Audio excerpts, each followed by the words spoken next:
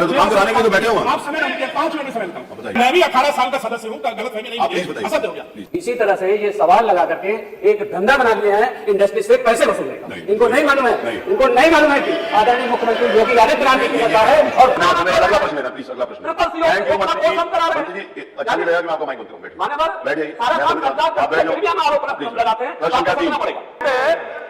योगी जी के नेतृत्व वाली सरकार में हम गर्व से कह रहे हैं, हम पिछड़े समाज के भी हैं और इस विभाग का काम देख रहे हैं।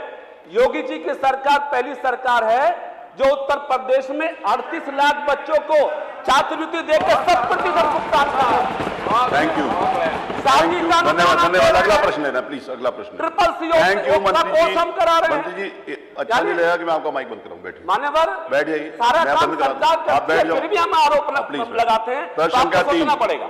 मैं स्टाम्प मंत्री था, स्टाम्प को लेकर के मैं कुछ आपके पास आया था, तो आपने बताया था कि एक इंडस्ट्रिस्ट ने कहा कि हम यूपी नहीं जा रहेंगे, कसम खाते। और गुजरात में एक इंडस्ट्रिस्ट ने कहा कि मेरी पत्नी कहती वहाँ मत जाओ, अपहरण हो जाएगा। इसी तरह से ये सवाल लगा करके एक धंधा बना लिए हैं इंडस्ट्री से पैसे वसूलने का। इनको नहीं मालूम है, इनको नहीं मालूम है कि आदरणीय मुख्यमंत्री योगी आदित्यनाथ जी की सरकार है और कानून को हाथ में लेने वालों के खिलाफ कठोरतम से कठोरतम कार्रवाई की जाएगी।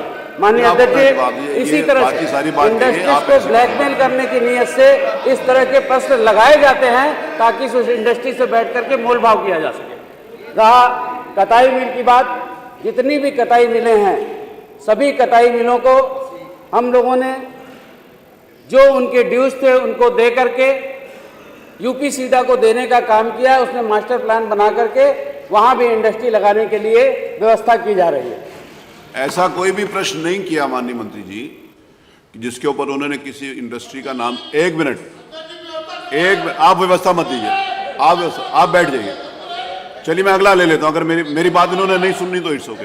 चलिए, दो लोगों ने रिक्वेस्ट करी थी प्रश्न के लिए, अब सुनना नहीं चाहते तो मेरा नहीं। आई एम सॉरी, मैं वो बात बोलना चाहता था, आप लोग नहीं सुनना चाहते।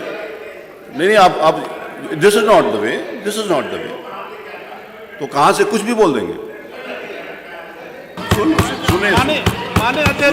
सुनिए ना, अरे आपकी तारीफें तो कर रहे हैं, ज्यादा बोलने का ये आपकी तारीफें तो कर रही हैं। आप बैठिए, आप अरे अच्छी काम कर रही हैं तो बता रही हैं। माननीय अध्यक्ष जी, अरे बैठिए ना, आप बैठिए प्लीज। माननीय अध्यक्ष जी, आप बैठो, प्लीज बैठो। ये बात ठीक आप नहीं प्लीज है। बैठिए। माननीय अध्यक्ष जी, ये ठीक नहीं है। ज्यादा बोलने का मतलब ये नहीं कि दिशाहीन कर दिया। आप बताइए, आप डायरेक्ट बात प्लीज बैठिए प्लीज।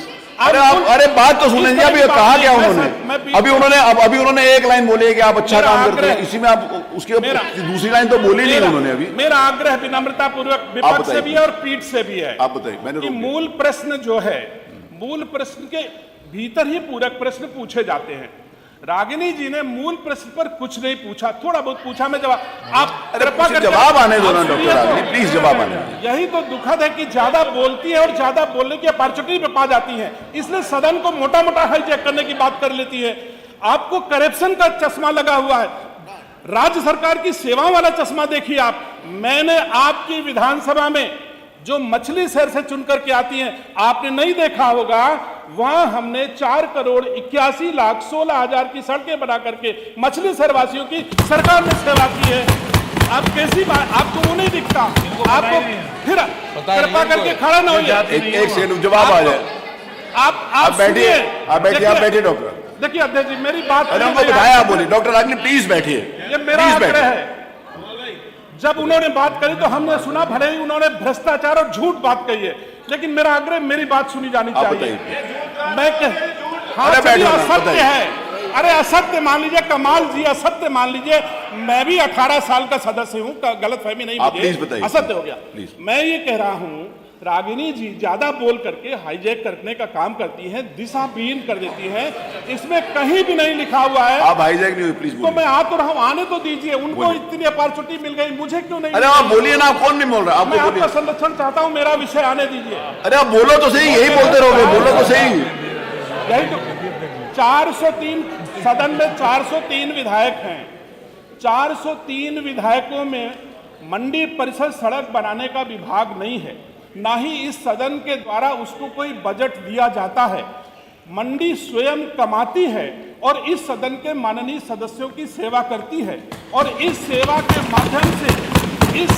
माध्यम से बहन रागिनी की विधानसभा सहित समाजवादी पार्टी और विपक्ष के 90 माननीय विधायकों की विधानसभाओं में मैंने काम किया है और ये सूची बहन रागिनी के मोबाइल फोन पर भी मैंने व्हाट्सएप किया है, अपने आप देख सकती हैं। पूरे 403 विधानसभाओं की सूची इनके फोन पर है।